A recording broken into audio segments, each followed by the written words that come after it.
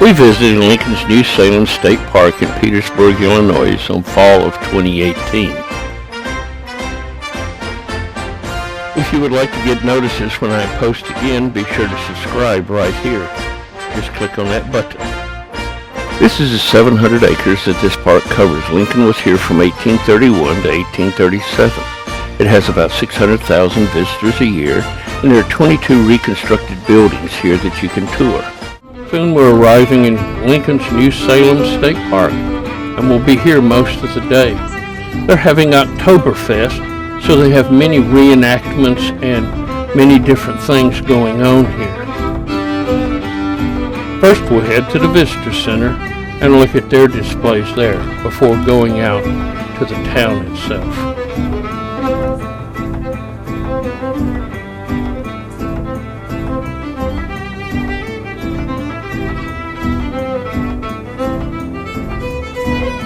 Lincoln arrived in New Salem in the summer of 1831 and worked as a day laborer to begin. He had a wrestling match with Armstrong that we'll hear about later. Then in 1833 he was made postmaster and deputy county surveyor. He led a group during the Black Hawk War and owned a store with Mr. Berry. He was elected to Illinois' representatives, and he had a relationship with Becky Rutledge until she died in 1830. In 1837, he became a lawyer and moved to Springfield. And after that, the town really started to go downhill. Wasn't much there to begin with, and so it had to be rebuilt when it became a state park by the Civilian Conservation Corps.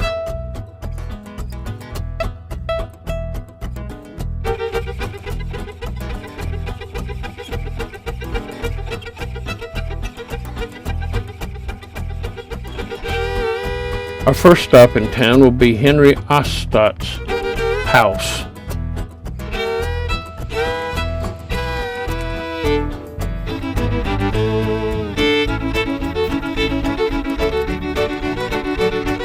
Next we'll move over to his cooper shop where he made barrels. This is the only original building that still exists in New Salem.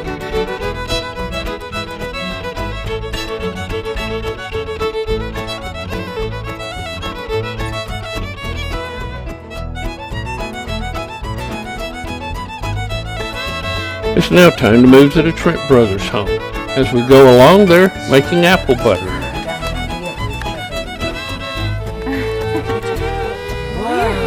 You help?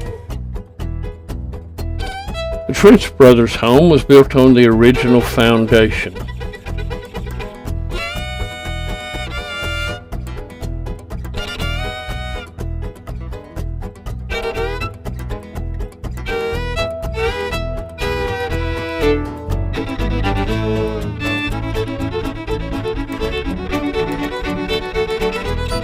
Our next building is going to be the school. It was also used as a church on Sundays. Here you paid so much a week to go to school, depending upon the age of your child.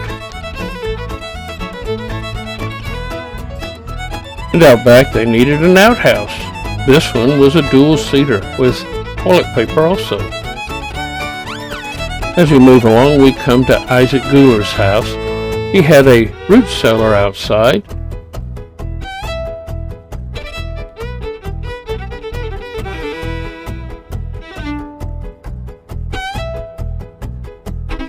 Robert Johnston was the carpenter in the area, and he made many different items for people that they needed for their homes.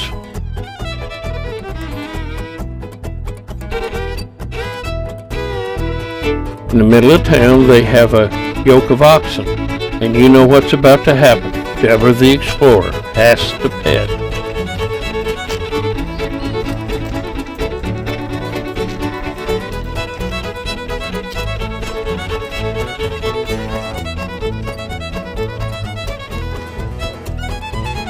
They want to be petted by the Deborah.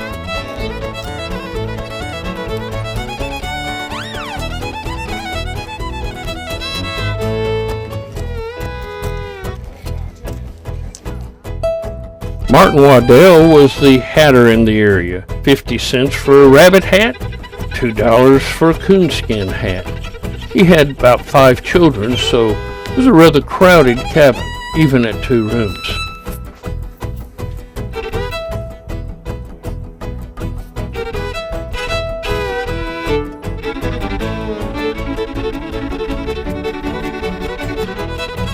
Now we moved to the Isaac Burner cabin and look at it a little bit. It had a sleeping loft.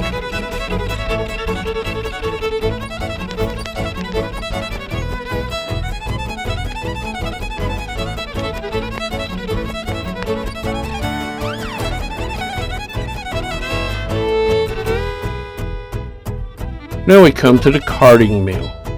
As you look at this, you'll notice in the back that there is a turntable.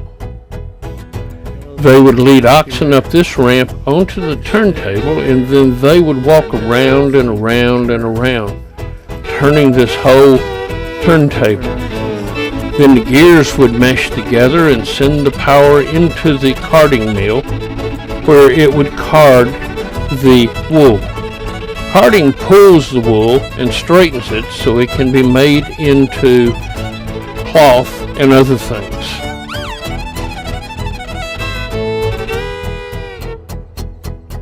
We now come to the first Barry Lincoln store. Lincoln bought into a store so that he could have regular income, and he helped run the store for 2 years with Mr. Barry. We're not exactly sure what they sold since we don't have any records of that, but it was a very small store.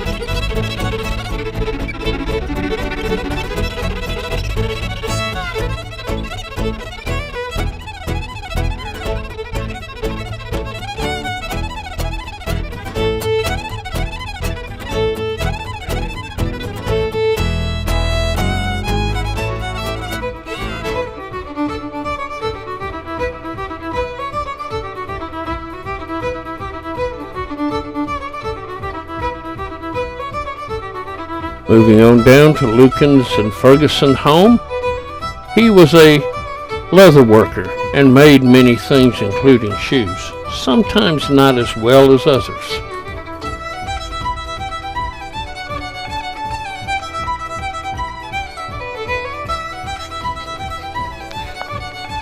Outside they're making candles. These candles will last about 3 hours. The next house up was Dr. John Allen. He was the dentist in town. Let's listen to this interpretation of how he practiced dentistry. He would actually just have you do a swish No of whiskey whiskey? if you needed it. Switch to whiskey? Yeah, just a swish of whiskey. How to do it?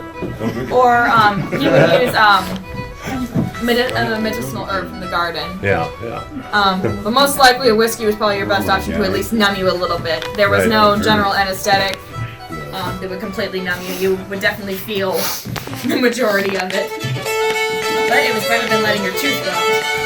Much better. And it was a very fast process. I mean, the more time you took, the more pain it was. So he was very quick at the extraction because that would require less pain. And he would also give you medicinal remedies to help with the pain, or swelling. If you would definitely develop swelling, so he would give you something for that too.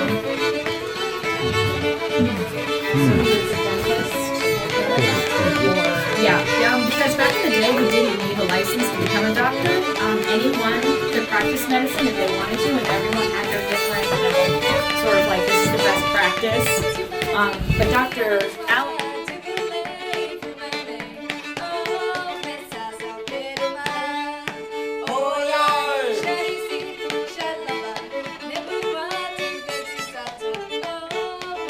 The Rutledge Tavern was first a residence and then converted to a tavern where you could get a meal and a night's stay for 37.5 cents a day. This is where Becky Rutledge's family lived.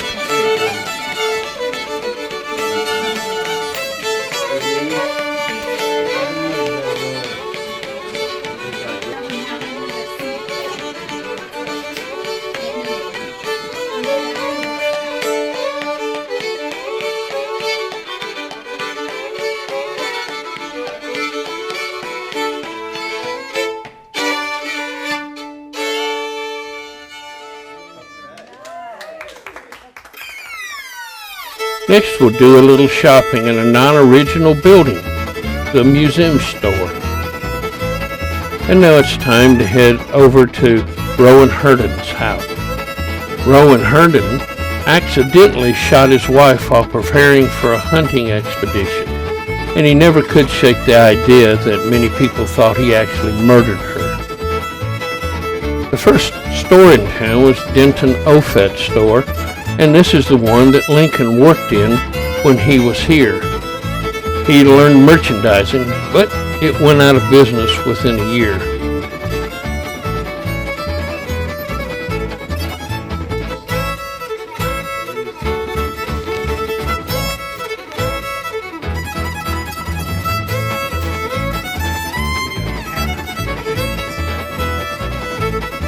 Now we come to Clary's grocery store. Let's listen to him explain what a grocery store was. Welcome to Clary's grocery store. Now your next question is, where's the groceries, right? Oh, sure. Well, I'm going to tell you a little bit about this. Oh, okay. In England, Some of the they signs have are down. what they call Oh, groggeries. A groggery is a place you can go to get a libation, a shot, your local. They mixed up in the anglicized the word, the way the story goes, it became a grocery store. Okay, this is a grocery, Oh, did he? which in England would be called a groggery, where you could go and get a cocktail. Sure. Or you could get a glass of your finest whiskey, or your rum, or your gin, or even a glass of wine, fine wine. Any of the hard alcohols were 12.5 cents. I would sell them for 12.5 cents for a little glass of it. And for the ladies or the men, if they would like the fine wine that we press out here, I've got a really good, probably 2-week aged one that I would sell you for 25 cents. Which doesn't sound like a lot of money, but when you think Mr. Lincoln only made $12 a month at the store over here, 25 cents was a lot of money. Back at that time, these two stores were the hub, the social hub for this area. These were probably the first two buildings that were built around the grist mill and the sawmill that was here. Right here. This particular area, a lot of the farmers would bring their grains up here to get the grains ground into their flour and their whatever else, cornmeal that they wanted. They'd bring their lumber up here to be cut. Mr. Offutt, when he looked at this, said, you know, this is a fine place to be able to put a store, because once you come up here, you're going to have to get supplies to take back with you. So it really served him. I myself, on the other hand, said, well, you know, this is kind of a neat opportunity. We're going to have people coming up here. They're going to have a lot of time on their hands. How about if I put up a grocery store? A place where you could go and get a drink. Or you could buy alcohol in any of the other stores here, but you couldn't drink it there. You had to take your little cask and your little keg and take it back home if you wanted to drink it. So a grocery store was the ideal place. Special license from the state. Right. Yes, I had to go to Springfield. I had to see the people down there. I had to pay them the money that the bloodsuckers. Never mind. That gets me. But anyway, Some things never that was change. kind of an entrepreneurial way. Mr. Clary only kept the store for about a year to 2 years before I went to Texas for more business opportunities. The Clarys actually came up from the clan, yes, came up from down south, from Kentucky, Tennessee, northern Mississippi, and Alabama. They were called Upland Southerners. Yes. They didn't come They from were the Gulf. kind of a rough little group. Go Mississippi. Pardon? There you Go go. Mississippi. Yes. Well, the interesting part of it was that there was a group of boys. I don't know if they were really Clarys or not, but some say they were, some say they weren't. They were called the Clary Grove Boys. And they had a fellow that they kind of ran around with, who was kind of their hero, called Jack Armstrong. And I'm not sure if you're knowing the story about All-American Jack Armstrong, but I'll tell you in a minute about that.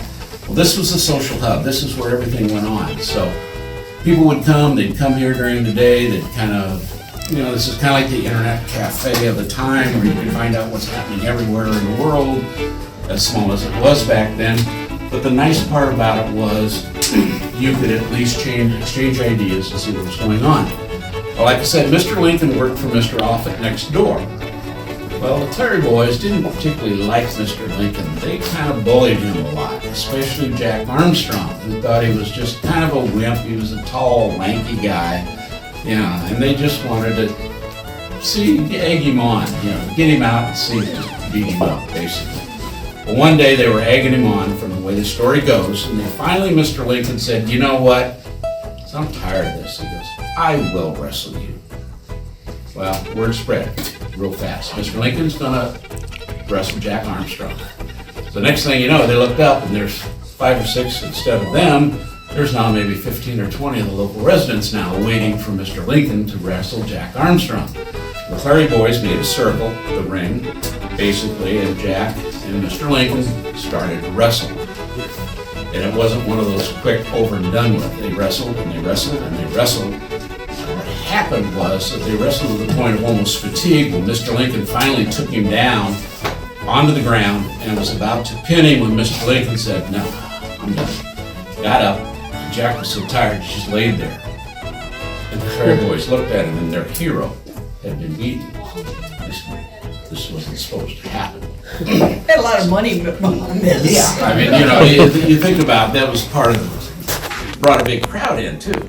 So anyway, the way the story goes and what we understand was the Clary boys decided they took him and they pinned him against the outside of the building, not this building, but the building that was here at the time, and they were going to even the score. Mr. Lincoln kind of looked at them and said, "Listen," he goes, "I will fight you, but I will fight you, I will fight you, I will fight you, I will fight you individually, one-on-one." I took a step back and said, "Whoa, it's not what they expected." He said, "We can respect that.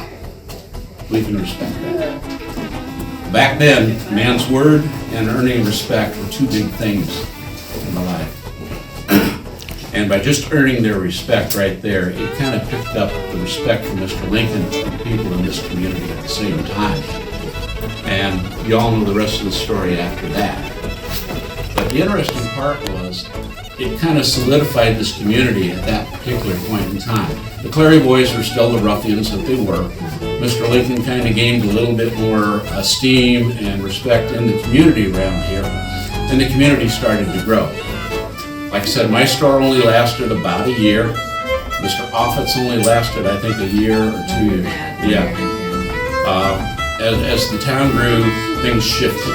The grist mill moved further into. And now it's time to head back. First stop is the second Barry Lincoln store. It was a lot larger than the other one, and they could make more money. This is the one where Lincoln became the postmaster at.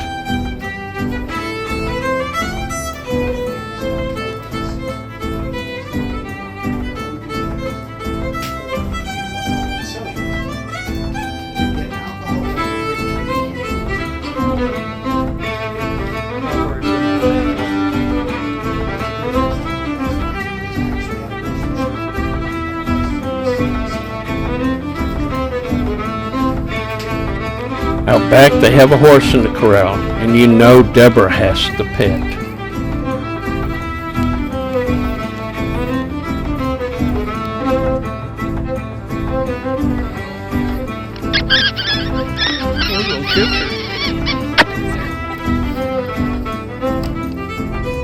This was another general store, and Hill and McNeil owned this store and ran it for a while before it went bankrupt.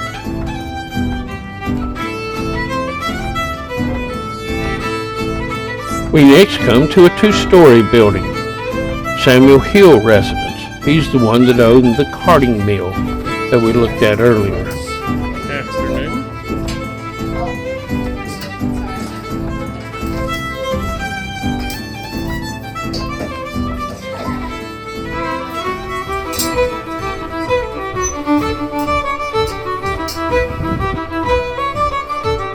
Now we stop for a demonstration of firing a flintlock rifle.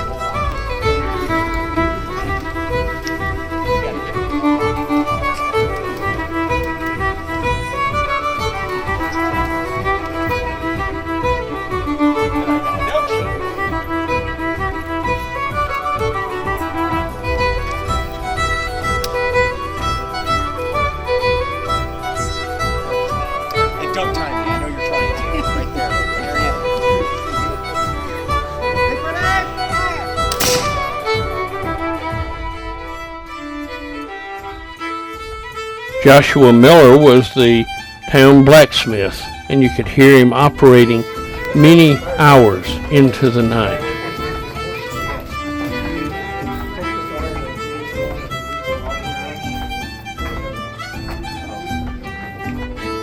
The Millers and Kelsos lived in a dog trot house, one on each side. They were married to sisters.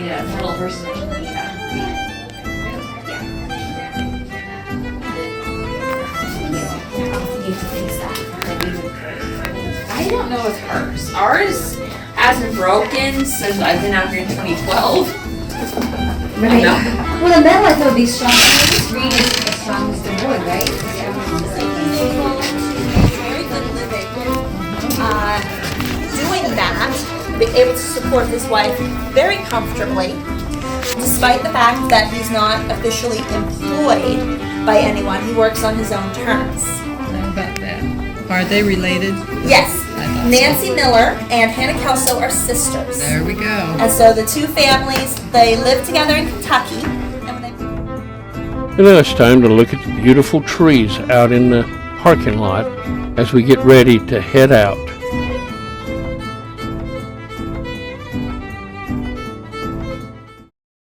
This ends this video.